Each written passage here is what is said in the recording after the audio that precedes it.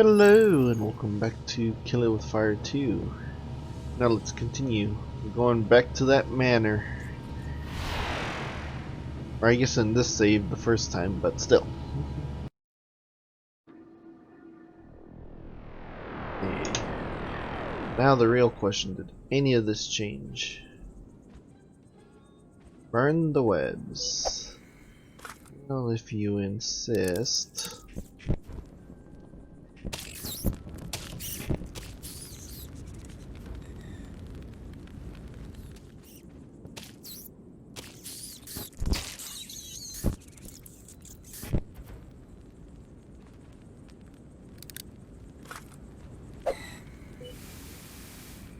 There's a fake somewhere.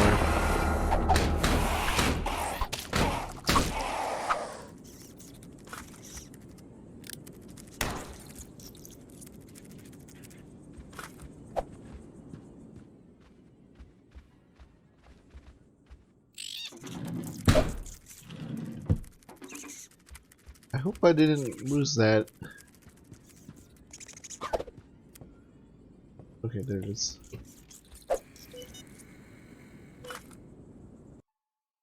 Already heard this, but here we go.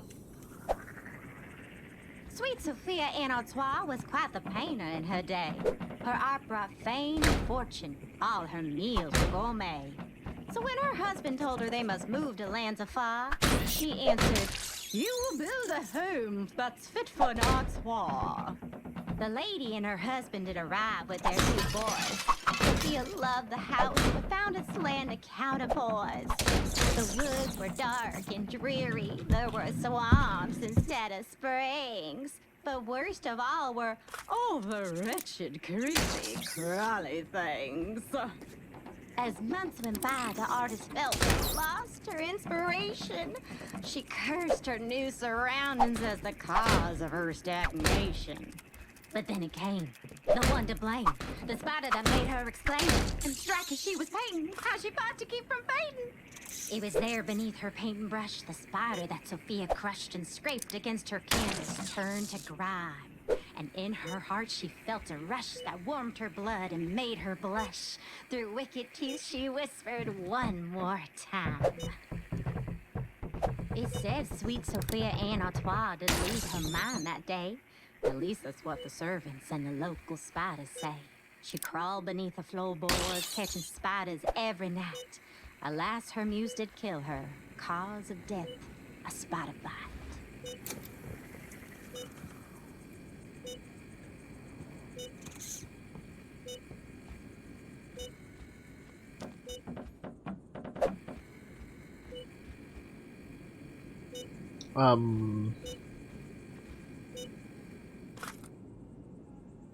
Out.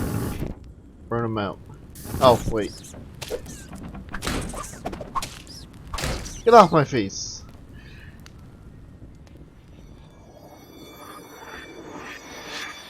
Okay, we're back in this hallway. Still don't know what's up with this.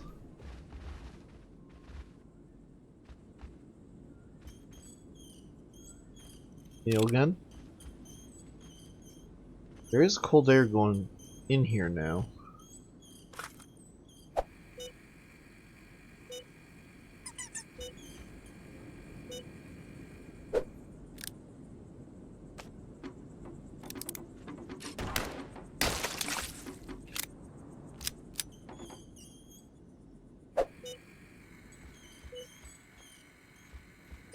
Other side. That.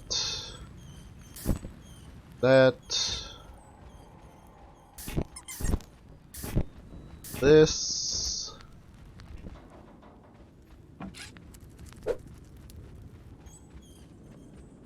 Add it.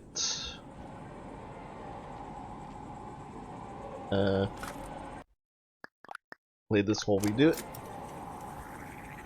Francis's family had a vacant vacation home. It had stood empty since the passing of his mother, Sophia, and it was that emptiness that had lured him back. Like his mother, Francis was a terribly serious artist. He worked with hammer and chisel, marble and stone, and required the utmost focus when he sculpted. And yet, unlike his mother, Francis dared not rely upon such fickle things as feelings and inspiration to move his hand. He simply committed himself to the discipline of his work, and he was very good at it. He was not very good at being a father. When his three daughters, Annie, Thisbe, and Penelope, would come to visit, the silence of the manor was shattered by their laughter as they played their favorite game, red light, green light. Francis liked the game better back when it was called statues. These days, he didn't like it at all. He suggested they play a new game. For every cobweb they dusted and spider they squished, he would pay them each 1 nickel. And the girls obeyed. One afternoon, while Francis rested his weary head, the girls spotted a spider in the upstairs hallway. They followed it into their father's studio, where it crawled all the way to the top of a towering self-sculpture. With nickels dancing in their heads, the trio wheeled a ladder to the statue and climbed until they could climb no higher. From the tallest rung, they reached out their arms with swatters in hand, hoping for a satisfying squish. Just then, their father arose and returned to his studio where, at the sight of his children teetering over his prized work, he let out a terrible shout. It gave the girls such a start that they lost their balance. The ladder wiggled, the sculpture wobbled, and as they all toppled over, Francis leapt with all his might to save his statue. There was, indeed, a satisfying squish.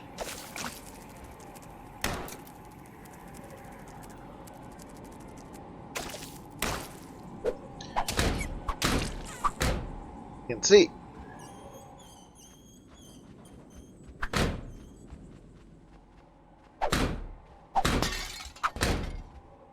Okay. Ah, yes, the potion room. Brew the spider potion. Okay, let's bring it to a simmer. That's a 1.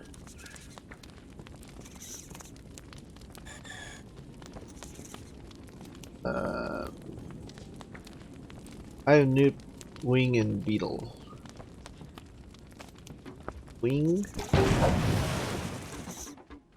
Fine.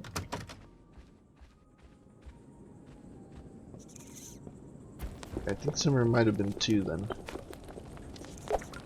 Yeah. I had newt. That beetle.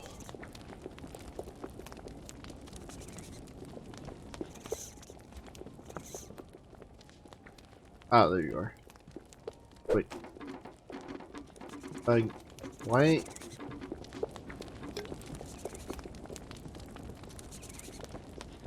Bring to a boil until it turns brown.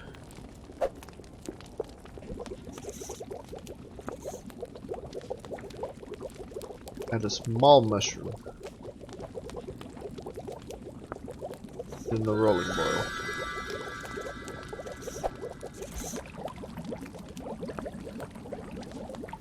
Stir vigorously.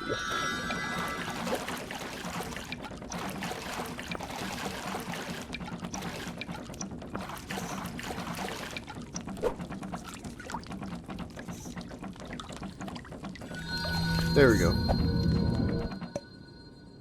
Spider potion! Now I can turn into a spider. Don't have enough cats for the cat potion.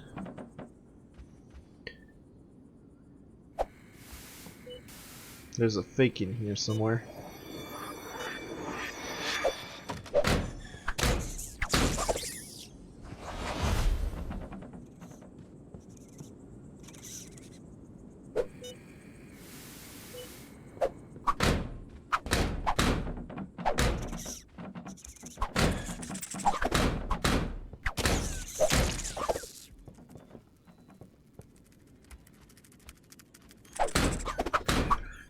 Oh god, not again.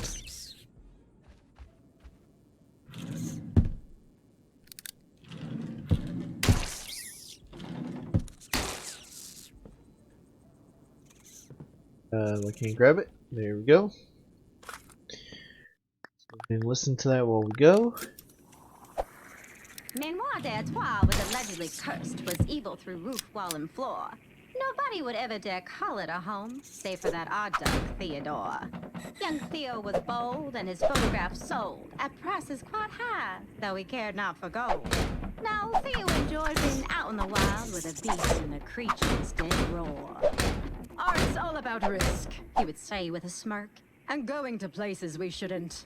I like getting right where the animals live and finding the shots others couldn't. As moccasins bite, as wildebeest fight, I focus my lens, I time it just right. So Theo embarked to the house in the wood where the rest of his family wouldn't. But what nobody other than Theo could know was that all of his pictures were staged. He prodded and pestered and bothered his subjects until they were nice and enraged. He'd poke with a stick, the shutter would click. As simple as that, all trades have a trick. And that was his plan as he walked to the docks with a spear and a chicken he'd caged. Young Theodore felt that he needed a test. He needed to catch something greater. With camera and tripod, he set up his shot, prepared for the swamp. The water was baited, he sat and he waited. The creature appeared how he was elated. But just as he ready to strike with his spear, young Theodore spotted a traitor. A spider sat right on the lens. He shoot it away in a hurry, and yet it returned to the very same spot, like it wanted his photograph blurry. The man had enough. It was time to get rough with his back to the swamp Theodore.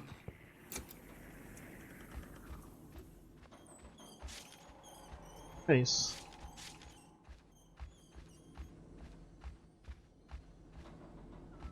That up. If I remember right, we're going to need to cook this area.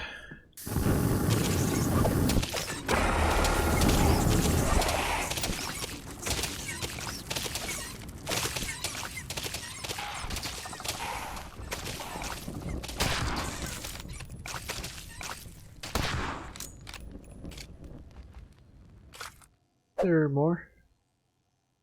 Fighters with the rifle. Alright, I need the rifle.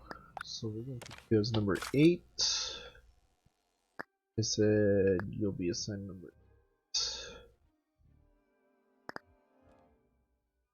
Ford will be 1.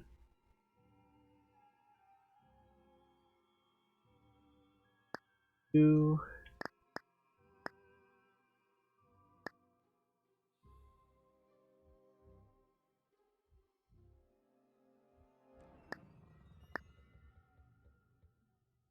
No, this would be 3, 4, 5, 6, 7. Stay as 9. And I'll put you as 8.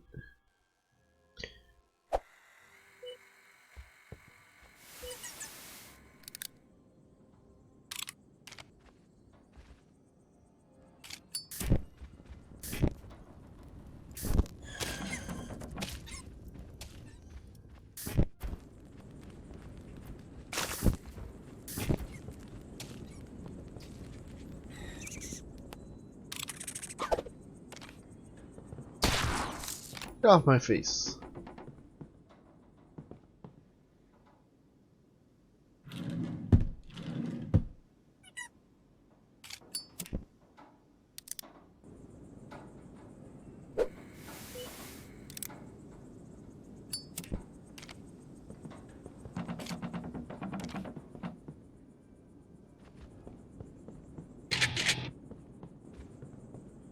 Go that way, which I'm just going to open at least. Claim that. Play it, of course. When Pushing Carl heard time. there was a death in the family, he was overjoyed. He had always gone to great lengths to stay in touch with his relatives, no matter how distant or senile or technically unrelated, because Carl was familiar with the age-old saying, "You can't take it with you." And he was happy to take whatever it was that they couldn't. In this case, it was a house. The last bit of evidence that Carl's family was, at one point, a family of status. They were renowned painters, sculptors, and photographers. Carl bought houses and rented them to short-term tenants. But this one was unlike any he had seen before.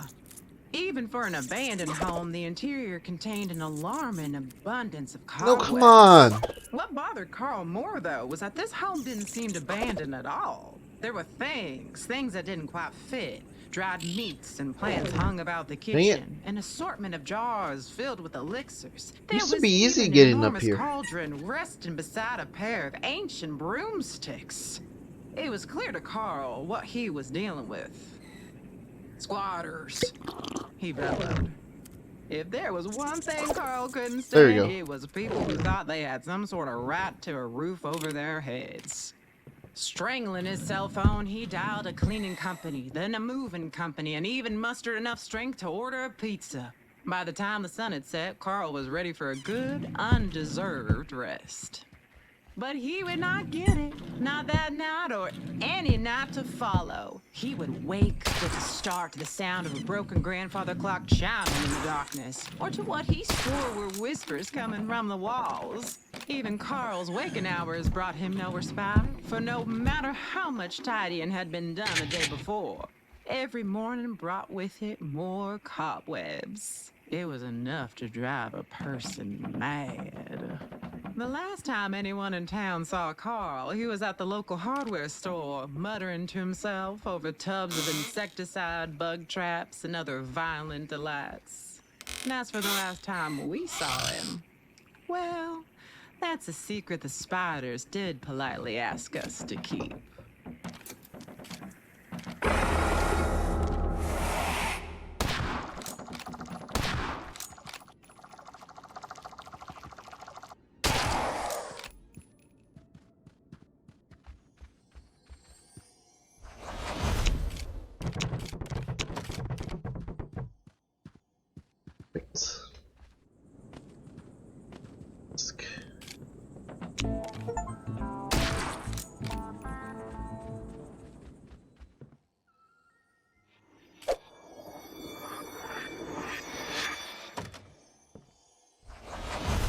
Data chip. There.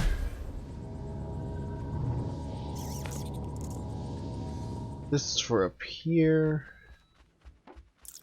Go here.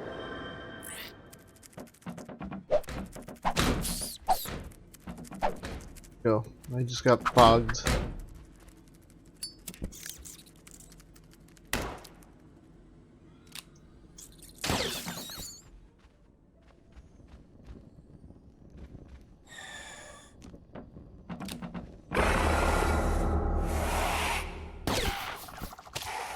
That should do it.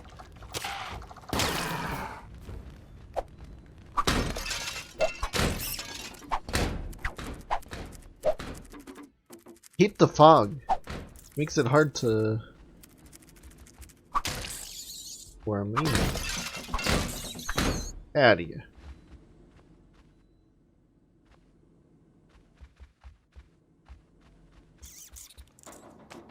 Camera. That goes here.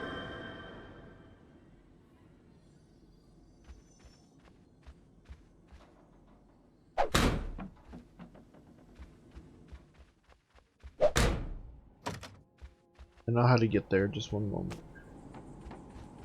Need the paint. Here. The last item. It's downstairs. First things first, let's activate this.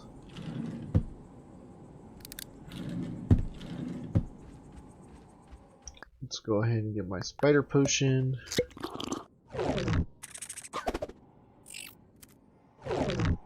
Go.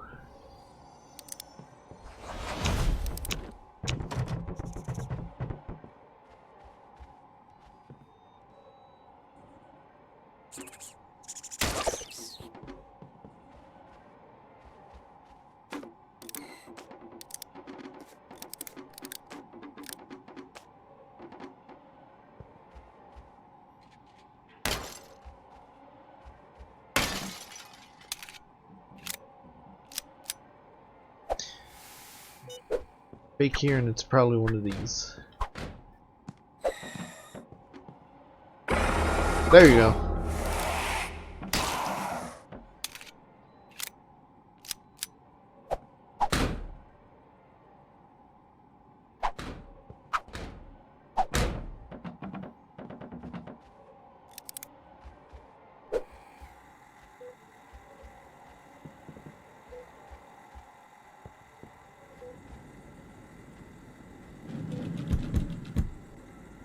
You.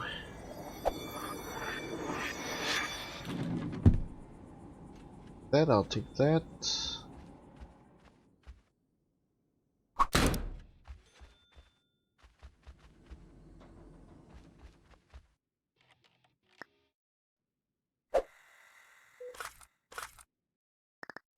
That should be about the witches. The night of the flood, Bella and I gathered all that was precious to us and tore apart our home. It would never have survived the rising waters as a cottage, but as a raft, we hoped it might carry us someplace new. And it did. The raft turned left and the raft turned right. It carried the both of us through the night. And when the raft had run aground, we couldn't believe what we had found. What must once have been a private, lavish home now sat covered in moss and chickweed. It looked as though it had always been there, sprouted from the earth like the rest of the forest. And that's how you know you're in the right neck of the woods. Given enough time, a good forest always welcomes you into the family. We climbed ashore, knocked on the door, when Donna heard scratching beneath the floor. We searched and found, to our surprise, a family of spiders before our eyes. The spiders welcomed us into their home. The walls were adorned with mouse holes and moles, and the air was thick with the scent of tragedy. It was, in a word, perfect.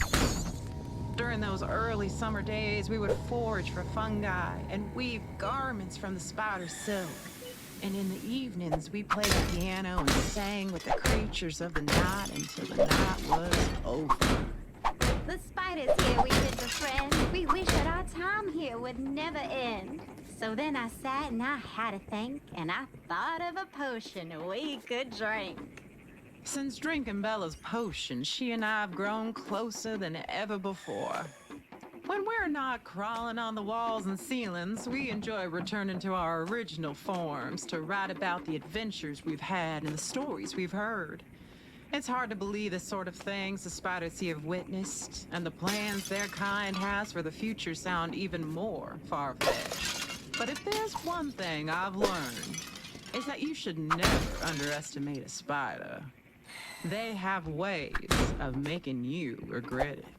Should strangers come and find our tale, take heed, the spiders here will prevail. Our time has come to bid adieu, but you're not alone. We're watching you. I think we just go back now.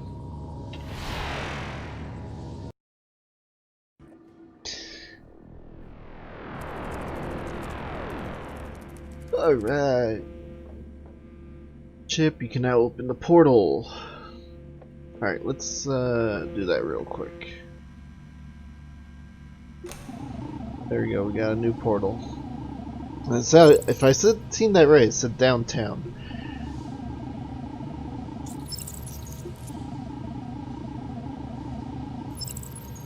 Or is it? I don't know.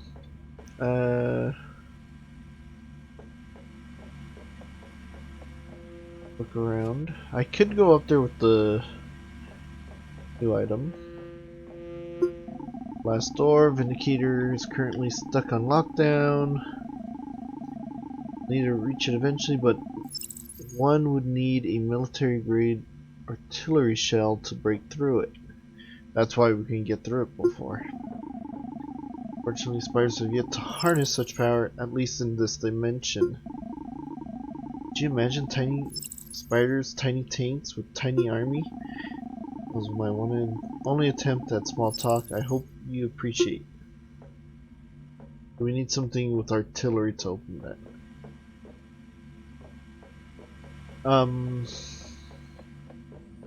Think got 2 doors I could open. Start here. Any day now.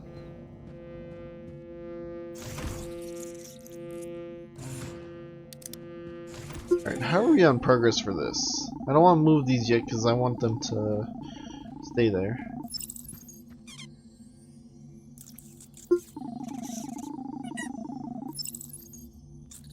Requirements, blah blah blah. Just give me my upgrades. This one's at 14. Now 35. I still gotta use the vacuum. Upgrade the pistol. Do it twice. Didn't mess with the nail gun yet. Could upgrade the sniper. I killed 2 spiders without reload. That's easy. Burn more spiders. Grenade. And I guess we never shot any of them with the thing, which I call shenanigans.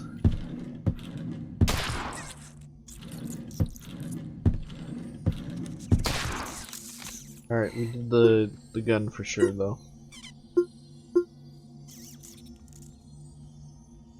Oh.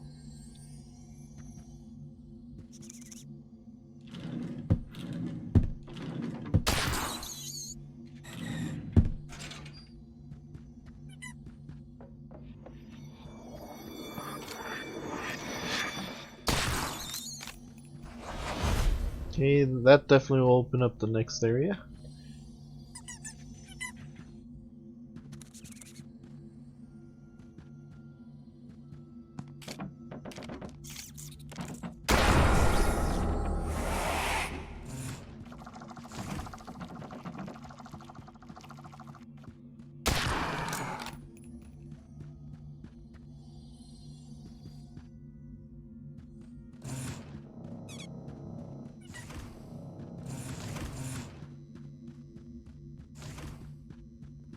That's why we got the chance.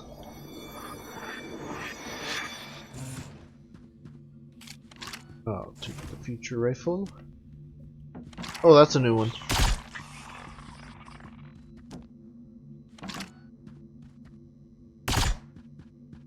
Been killed. Get in there.